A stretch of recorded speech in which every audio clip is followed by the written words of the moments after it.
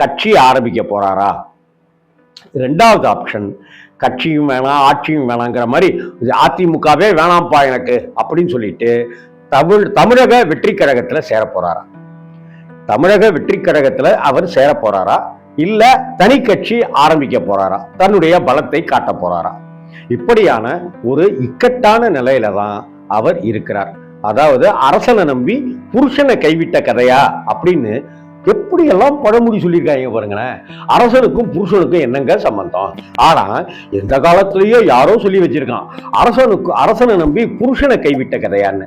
அது போல பாஜகவை நம்பி அதிமுகவை கோட்டை விட்ட ஓபிஎஸ்ஸின் பரிதாப கதைதான் இப்போது மிக மிக சோகமான ரீல் அந்து போய் ஓடிட்டு இருக்கு. புத்தம் புதிய காப்பியா இது மலருமா என்ன அப்படிங்கிறது ஓபிஎஸ் எடுக்கக்கூடிய முடிவுல தான் இருக்கு. வணக்கம்.